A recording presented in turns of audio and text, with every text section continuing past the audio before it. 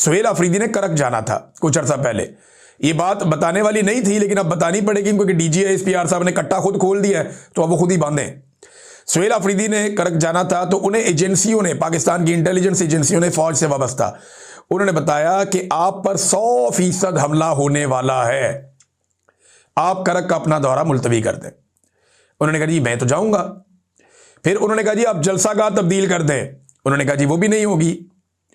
उन्होंने कहा जी पहाड़ों पे आके वो बंदे बैठे हुए हैं जिन्होंने आपको टारगेट करना है, आपको क्यों समझ नहीं आ रही, आपको कत्ल कर दिया जाएगा, जलसागाह तब्दील कर दें। उन्होंने जलसागाह तब्दील नहीं की। फिर ये कहा गया स्टेज का रुख बदल दें। उन्होंने कहा जी स्टेज का रुख भी नहीं बदलेगा। फिर कहा गया जहां पे डाइस पड़ा हुआ है ना, वो मुकाम बदल दें, डाइस उठा के यहां से किसी और जगह पे रख दें, कोई सिक्योरिटी का आप बंदोबस्त कर दें, हमारे पास पक्की इतला है कि आपके ऊपर दहशतगर्दी का हमला होगा।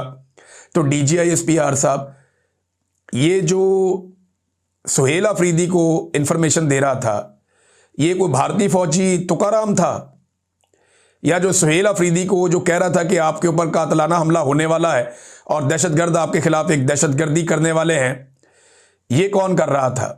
अजीत दोवल कर रहा था। भाई पाकिस्तानी एजेंसियां उसको बता रही थी ना, वो तो डरा नहीं और चला गया वहां पे।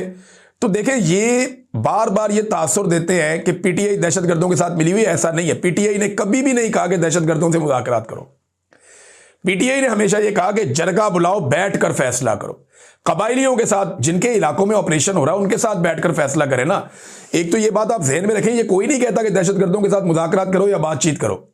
मुराद सईद चिल्लाता रहा, उसके ये क्लिप पड़े हुए हैं, आप निकाल कर सुन लें। आज सोशल मीडिया पे फिर वायरल है कि क्यों लेकर आ रहे हो दहशतगर्दों को पाकिस्तान में, क्यों लेकर आ रहे हो दहशतगर्दों को पाकिस्तान में, मत लेकर आओ दहशतगर्दों को पाकिस्तान में, हमने पहले बड़ी लाशें उठाई हैं, हमें मजीद लाशें उठानी पड़ेंगी। ये बार बार PTI के लोग आपको कह रहे थे और आपको सर पे भूत सवार था, नहीं इनको लेकर आना है। कभी आप उन्हें मुजाहिद बना देते हैं पैसों के लिए, कभी आप उन्हें दहशतगर्द बना देते हैं पैसों के लिए, कभी आप उनकी तरबियत और ट्रेनिंग करते हैं पैसों के लिए, कभी आप उनके साथ ऑपरेशन करते हैं पैसों के लिए। और मेरे ख्याल में ये मैच्योर हो जाना चाहिए, थोड़ी सी मैच्योरिटी दिखानी चाहिए इदारे को, अपनी एक कांस्टेंट पॉलिसी बनानी चाहिए। ये तरीकाकार गलत है, ये तरीकाकार बिल्कुल गलत है कि आप गुड तालिबान और बैड तालिबान करें। अली अमीन गंडापुर ने भी ये कहा, वहां खैबर पख्तूनख्वा की पुलिस से जाकर पूछो, वो साफ बताते हैं कि हम दहशतगर्दों को पकड़ के लाते हैं, ये एजेंसियों के लोग आते हैं, ये आगे छुड़वा के ले जाते हैं, ये कहते हैं जी हमारा एसेट है, हमारे काम का बंदा है, इसको छोड़ दो, इसके बदले में हमने कुछ और काम लेने। वो कहते हैं जी हम दहशतगर्दों को पकड़ के लाते हैं। वो एग्जैक्टली वहां पुलिस वाले बताते थे खैबर पख्तूनख्वा में कि हमें पता है कौन कौन से दहशतगर्द ग्रुप कहां बैठे हुए हैं, हम कार्रवाई करना चाहते हैं, ये हमें कार्रवाई करने नहीं देते, एजेंसियां हमें कार्रवाई करने नहीं देती, ये हमें रोकते हैं कि आपने वहां कार्रवाई नहीं करनी। और मकामी लोग क्या समझते हैं, जरा ये समझ लें आप कि मकामी लोगों का प्रॉब्लम क्या है। वहां फुकदान है ट्रस्ट का। हजारों ऑपरेशन हो गए हैं, अभी तक खैबर पख्तूनख्वा में अमन नहीं आया, बल्कि पिछली मर्तबा जो बड़े बड़े ऑपरेशंस किए गए थे, जब ऑपरेशन किए गए थे तो उन शहरियों से जिनको उनके इलाकों से बेदखल कर दिया गया था, उनसे कुछ कमिटमेंट्स की गई थी, कुछ वादे किए गए थे कि आपके घर बनाएंगे, आपके बाजार बनाएंगे, आपका कारोबार बनाएंगे, आपको पैसा देंगे, आपको वसाइल मुहैया किए जाएंगे, जो नुकसान होगा उसका अदाला भी होगा।